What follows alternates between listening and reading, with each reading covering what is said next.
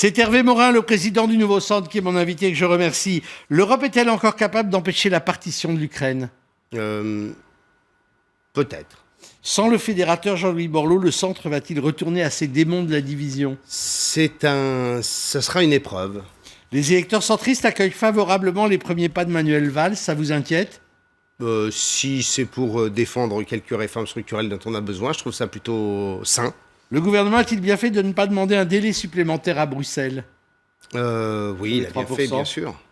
Il n'avait peut-être pas le choix d'ailleurs. Ouais. Les centristes sont les plus résolument européens. Dans le climat actuel, est-ce que c'est électoralement un avantage ? On peut défendre des convictions. C'est ce que Henri Guénaud, d'un autre côté, vient de me dire. Alors, on va reprendre. Cette situation en Ukraine, elle est évidemment extrêmement inquiétante. Et vous avez été ministre de la Défense. On pourrait se dire aussi que ça poserait à terme la question de la défense européenne. Mais avant ça, qu'est-ce qui est jouable et possible aujourd'hui ? La vraie difficulté, c'est qu'on est dans une... si on veut dire les choses brutalement, nous sommes dans l'impuissance. Parce que nous ne parlons pas le même langage que Poutine. Nous parlons respect des droits, inviolabilité des frontières, nous parlons souveraineté d'un pays. Poutine parle opération extérieure à but intérieur. En clair, comment restaurer ma crédibilité, comment restaurer ma popularité en menant des opérations extérieures. Et face à ça, bien entendu, toute option militaire ou tout engrenage militaire n'existe pas.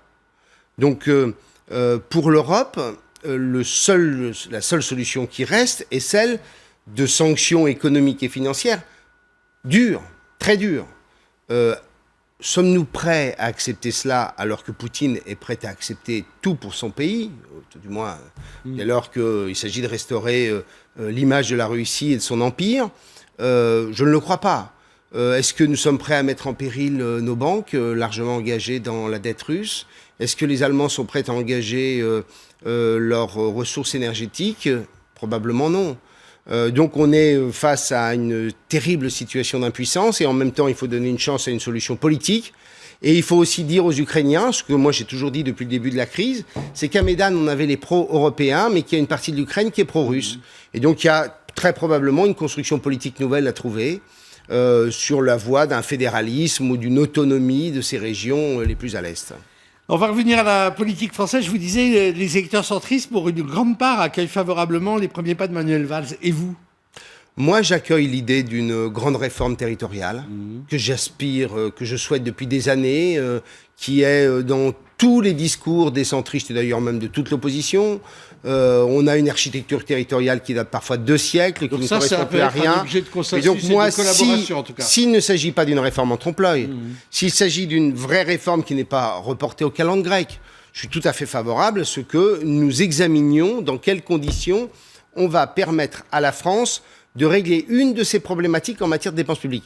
Vous vous souvenez d'une chose, nous avions fait engager sous le gouvernement Sarkozy la révision générale des politiques publiques. On ne remplaçait pas un fonctionnaire sur 2 partant à la retraite.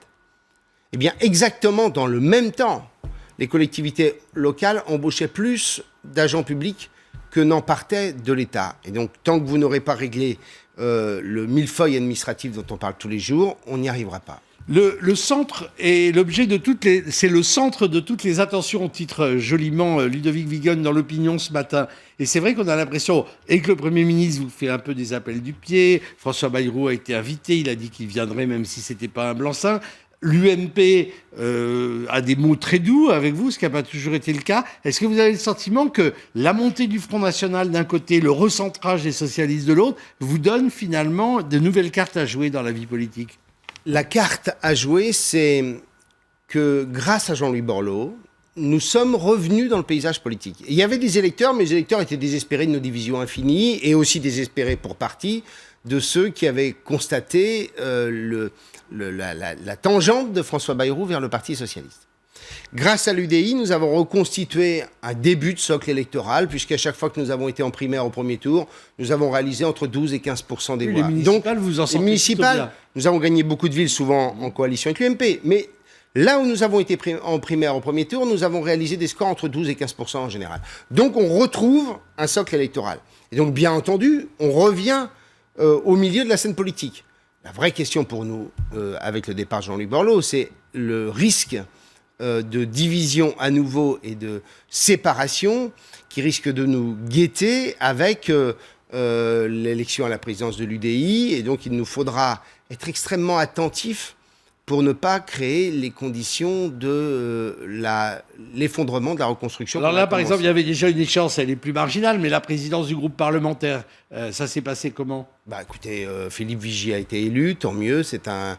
Vous savez, chez les centristes, on n'a pas trop plein de figures. On a plutôt un manque de figures, et que une nouvelle génération d'un homme courageux, engagé, puisse accéder à une fonction qui va lui permettre de s'exprimer plus facilement, de porter la voix des centristes, c'est très bien. Donc ça, c'est la première échéance qui est passée. Il y en a une deuxième qui ne vous concerne pas directement, un peu, c'est l'élection au Parti radical, ça va tanguer un peu. Et la troisième, à l'UDI, qui vous concerne davantage. Qui peut-être me concernera plus, en effet.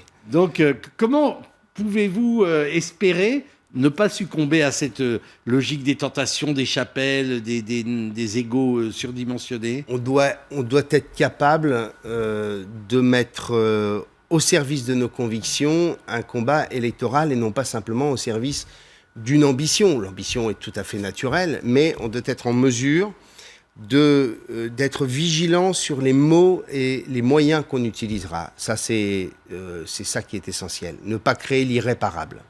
Et Jean-Louis Borloo avait quand même cette capacité justement à transcender vos différences et à vous entraîner peut-être plus loin que ce que les uns et les autres seriez allés. Eh bien, rendez-vous au mois d'octobre, après l'élection. Mais moi, pour ma part, je serai vigilant pour ne pas détruire ce que nous avons mis avec tant de mal à reconstruire.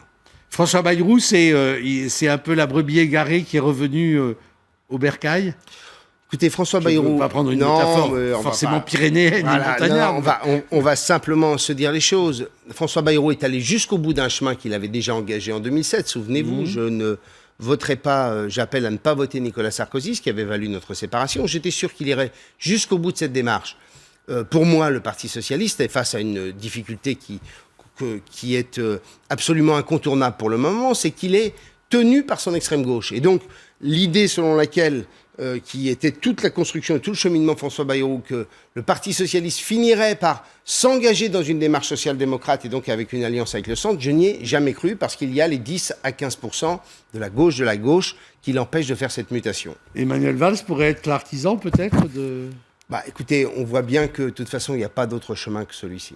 Merci beaucoup Hervé Morin, l'info continue sur LCI.